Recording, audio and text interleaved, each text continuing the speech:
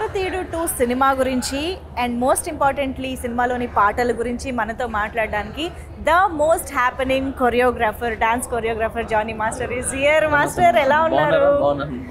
So భారతీయుడు 2 అంటే ఈ సినిమా పేరుని పలకడం కూడా చూసారా, భారతీయుడు 2 అని అనలేం, భారతీయుడు 2 అనాలన్నమాట. భారతీయులు కాబట్టి ఆ గర్వం ఉంటుంది, ఆ ప్రేమ ఉంటుంది, ఆ సినిమా అంటే ఆ ఇష్టం కూడా ఆ రేంజ్ లో ఉంటుంది.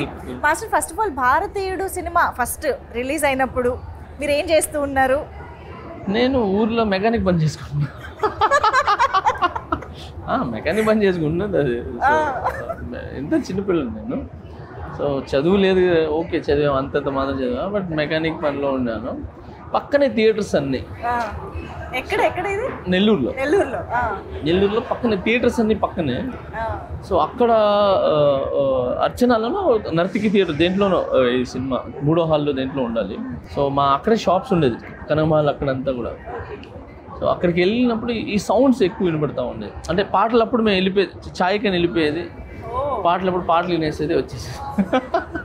సో అలా చేసుకుంటూ అంటే అది వేరే ఆ రోజులు ప్యూర్. అది అప్పుడంతా ప్యూర్గా ఉండేది. ఆ స్ట్రీట్స్ కానీ జనాలు నిజంగా చెప్పినా చాలా ప్యూర్గా ఉండేది. సో ఆ టైంలో ఈ సినిమా రావటం అంటే అప్పుడు కొత్త ఇవన్నీ.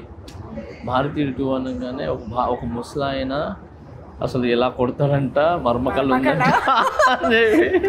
మీరు ఒక 3 మర్మకళ ఇది చేసి చూపించాలి. అంటే మీ నుంచి స్టెప్పులు ఎప్పుడు మేము చూస్తాం. నాకే మర్మకళ రాదు. భారతీయుడు సినిమా ఎన్నిసార్లు చూసాను. ఇలా అంటారు ఇది కూడా ఇలా పెట్టి ఇలా గుద్దితే ఎప్పుడైనా ప్రయోగించారు ఎవరి మీద? చిన్న సినిమా చూసి వచ్చిన అదే పని. చిన్నప్పుడు ఎవరైనా మాట్లాడినా ఎవరైనా ఏదైనా చేసినా అలా ట్రై చేసేది. బట్ మజాక్ రా బాబు అని చెప్పి మళ్ళీ కానీ వచ్చేది కాదు అది మా అందరికి. అదొక ఆర్ట్. ఇప్పుడు మార్షల్ ఆర్ట్స్ ఎలాగో సో అలాగా మర్మకళ అనేది అందులో మన ఇండియన్స్ దాంట్లో ఇప్పుడు మార్షల్ ఆర్ట్స్ అనేది ఎక్కడి నుంచో వచ్చింది.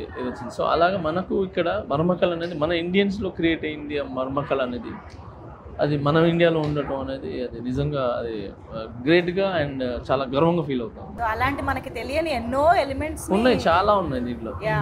సో భారతీయుడు సినిమా నిజం చెప్పాలంటే నాకు పాటల ద్వారానే పరిచయం. అంటే చిన్నప్పుడు సినిమా అర్థం చేసుకోలేని స్టేజ్లో we thoroughly enjoyed the songs. అప్పుడే కొత్తగా వచ్చిన టేప్ రికార్డర్లో సో అవి బాగా గుర్తనమాట. సో అలా సాంగ్స్ పరంగా మీకున్న మెమరీస్ ఏంటి భారతీయుడు 2 మూవీ? భారతీయుడు 2లో నాకు డాన్స్ పాటలు ఇవన్నీ కూడా బాగా ఇష్టమే. కానీ దాంట్లో నాకు ఎప్పటికీ గుర్తుండిపోయేది, హార్ట్ టచింగ్గా బాగా ఇష్టంగా ఉండేది, డబ్బుల్ని పడవలుగా చేసి వదిలేసి అంటే ప్రేమ ముఖ్యము, అంటే అంటే ఎదుటోళ్ళ కళ్ళల్లో సంతోషం అది ముఖ్యం, డబ్బులు కాదురా అని చెప్పి అప్పట్లో 500 తను చేసి వదలటం అనేది ఆ యొక్క మాంటేజ్ అనేది అసలు చాలా చాలా ఇష్టం నాకు. అందుకే పచ్చని చిలుకలకు తోడు ఉంటే అనేది నాకు చాలా ఇష్టం. మిగతా డ్యాన్స్ సాంగ్ ఉన్నాయి బట్ ఆ సాంగ్ అనేది బాగా ఇది తగిలేస్తుంది ఇక్కడ. సో సూపర్ సాంగ్ అది నాకు ఆ సినిమాలో మెయిన్ పార్ట్. అంటే మనసులో ఉండిపోయే పాట అంతే. పచ్చని ఇవన్నీ డాన్స్ మనం ఈ అదిరేటి డ్రెస్ వేస్తే ఇవన్నీ కూడా మనం ఎంజాయ్ చేస్తాం, అన్నీ చేస్తాం. కానీ గుర్తుండిపోయేది అంటే పచ్చని చిలుకలతో ఉంటాయి.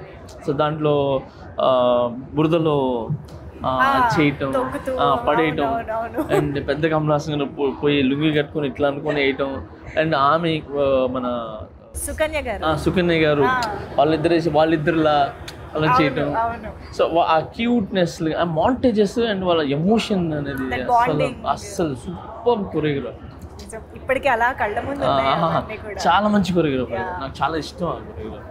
సో ఇప్పుడు కమింగ్ టు భారతీయుడు 2, ఫైనల్గా మీరు భారతీయుడు 2 సినిమాలోని పాటలకి కొరియోగ్రఫీ చేయడం అసలు ఎప్పుడైనా ఎక్స్పెక్ట్ చేశారా? Did you? అయ్యో నేను చేయలేదు, ఇమాజిన్ ఆర్ నేను చేయలేదు. కానీ నేనేంటంటే మిస్ అయినా ఈ 2 మేబీ 3 ఏదో అనుకుంటున్నారు నాకు తెలీదు, దాని నుండి చేస్తాను. బట్ దీంట్లో ఒక సాంగ్ అయితే నేను కంపోజ్ చేశాను స్టేజ్ మీద. అసలు చాలా చాలా బాగుంది అమ్మాయి సాంగ్. అప్పట్లో మనకు ఓపెనింగ్ సాంగ్ ఎలా ఉంటుంది అలాంటి song. Chakkalaka baby. Oh, yeah. So ఆ జానర్లో ఉండేదే. బట్ అది డిఫరెంట్ సాంగ్, ఇది డిఫరెంట్ సాంగ్. సో ఈ సాంగ్ కూడా పెప్పీగా ఉంది, బాగుంది. సో మొత్తం ఫారినర్స్ని పెట్టి నేను స్టేజ్ మీద పర్ఫామ్ చేపిస్తున్నాను. సినిమాలో ఇది నేను అప్పటికి శంకర్ గారిని పరిచయం అవ్వాల. సో RC-15 మనం చేసింది, చరణ్ సార్ RC-15 చేసాం. దానికి ముందు 3 years ముందే పాటలు అయిపోయినాయి, షూట్ చేశారు పాటలు. సో అందువలన నేను మిస్ అయిపోయినా, లేదంటే ఖచ్చితంగా ఈ సినిమాలు చేసామండి. బట్ శంకర్ గారి సాంగ్స్ కి ఒక స్పెషాలిటీ ఉంటుంది. ఆయన ఒక్కొక్క సాంగ్ ని చెక్కి ఒక థీమ్ పెట్టి దానికి ద మేకింగ్ లో కానీ కొరియోగ్రఫీలో కానీ గెటప్స్, లొకేషన్స్ అన్ని చాలా వెరైటీగా ప్లాన్ చేస్తూ ఉంటారు కదా శంకర్ గారు. ఫస్ట్ డాన్స్ ఇవన్నీ పక్కన పెట్టి, అంటే ఎవరు చూడనిది నేను చూపించాలి. అది మ్యూజిక్ కావచ్చు, లేదనంటే సెట్ కావచ్చు, ఏదైనా డ్రెస్సులు కావచ్చు, మేకప్ కావచ్చు, లేదంటే పాటలో స్కీమ్, ఒక స్టోరీ కావచ్చు. సో ఇవన్నీ ఎవరు చూడని కన్ను నేను చూపించాలని ఎప్పుడు థింక్ చేస్తుంటాను. సో నేను RC-15 కూడా వర్క్ చేసినప్పుడు సేమ్ ఇదే, అంటే ఇది వద్దు ఇంకేదైనా చేద్దాం అని ఆయన నాకు ఐడియాస్ ఇస్తుంటే నేను ఈయనకి ఆడ నుంచి వస్తున్నారు బాబు ఇంత ఐడియాలో మనపురం. ఫస్ట్ శంకర్ గారు ఒక ఐడియాతో వస్తారా, ఈ సాంగ్ ఇలా చేద్దాం, ఒక ఐడియాతో కాదు 100 ఐడియాస్ వస్తారు, అన్ని తీసుకుని వస్తారు. మేము దాంట్లో ఏం సెట్ చేయాలా, ఎలా సెట్ చేయాలా అని చెప్పి. But easy. ఓకే, అక్కడ proper technician, proper hard work, talented ఉన్నాడు అనుకోండి, వాడికి చాలా ఇష్టపడుతుంది ఆయన చెప్పి, అంటే ప్యాషన్ అయిపోతాడు తనకి. ఎందుకంటే అంటే కొత్తవి తను నేర్చుకోవచ్చు, తను కూడా ప్రూవ్ చేసుకోవచ్చు. సో శంకర్ గారితో వర్క్ చేసే అవకాశం దక్కింది, కమల్ హాసన్ గారితో చేసే అవకాశం మిస్ అయింది. But no problem. బట్ సినిమాలో చేయకపోయినా అవును, మానిఫెస్టింగ్ ఇండియన్ 3 ఖచ్చితంగా దాంట్లో చేస్తాను, నమ్ముదాం. కలిసారా ఎప్పుడైనా కమల్ హాసన్ గారిని? బయట చాలా ప్లేసెస్లో కలిశాను, బట్ ఎక్కువ మనకు అంటే ఎప్పుడు ఒక సాంగ్ కానీ వెళ్తే మనం ఫలానా అని చెప్పి తెలుసు. నేను రజనీ సార్ని కూడా చాలాసార్లు కలిశాను, బట్ జైలర్ సినిమాలో మనం దగ్గరగా చూసి పిలిచి డాన్స్ చేయించి అన్నీ చేయించాం. సో ఎప్పుడైనా ఏంటంటే కమల్ హాసన్ గారిని బయట కలిసాం కానీ వర్క్ చేయాలి. మీకు ఒకవేళ అవకాశం దొరికితే ఇలాంటి జానర్లో సాంగ్ వస్తే బాగుంటుంది అని ఏదైనా ఒక డ్రీమ్ అలా అనుకోవడం ఏదైనా ఉందా? నాకు కమల్ హాసన్ గారితో చేస్తే దశావతారాలు ఒక సాంగ్ చేశారు, కాంతారా లాంటి కైండ్ ఆఫ్. ఆయన చేసింది దశావతారాలు అలాంటిదే ఒకటి ఉంటుంది. సో అది ప్రాపర్గా ఇంకా ఎగ్జిక్యూట్ చేసి, అంటే ప్రాపర్గా చేయాలి అనేది దాంట్లో భలే ఉంటుంది. అది మీరు చూస్తే దాంట్లో ఉంటుంది అన్ని అవతారాల్లో. సో ఆ విధంగా ఏదైనా ఇంట్రెస్టింగ్గా అదొకటి. తర్వాత మాటలు కొరియోగ్రాఫీ చేయడం ఇష్టం. ఓకే, కన్ను పిల్లవన్నీ కన్నులున్నవన్నీ ఎన్ని వగలు పోతున్నావే చిన్నారే, అంటే ఆపోజిట్ తన్న అంటే అలాంటి టాస్క్ అదొకటి. తర్వాత ప్రియతమా నీ వచ్చట కుశలమా నీ నిచ్చట కుశలమే, సో అలాంటి కొరియోగ్రఫీ చేయటం ఇష్టం.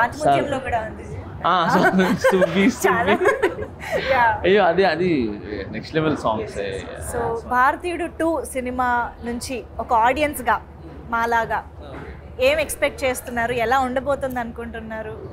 అంటే నేను భారతీయుడు 2 నుంచి నేను ఎక్స్పెక్ట్ చేసేది ఏంటంటే, ఈ సినిమాతో దాంట్లో కరప్షన్స్ ఈ సినిమా వచ్చిన తర్వాత ఆల్మోస్ట్ కొంచెం మారింది. భయపడ్డారు అనమాట కొంచెం. ఏది ఎక్కడో అంటే భయపడటం కావచ్చు, లేదా మన ఇండియా మనం చేయకూడదు అనొచ్చు, అంటే ఇది తప్పు కదా అని చెప్పి ఒక 100లో 10% అయినా ఏదైంది. ఈ సినిమాతో కూడా అలాంటి మెసేజ్ వచ్చి జనాలకి ఉపయోగపడి మారేది, అలాంటిదైనా మెసేజ్ వచ్చి పబ్లిక్ హ్యాపీగా ఉండి వాళ్ళ లైఫ్ బాగుంటుందని ఎక్స్పెక్ట్ చేస్తున్నాను. Amazing master, very nice talking to you. All the very best for future endeavours కూడా. Thank you so much. Thank you.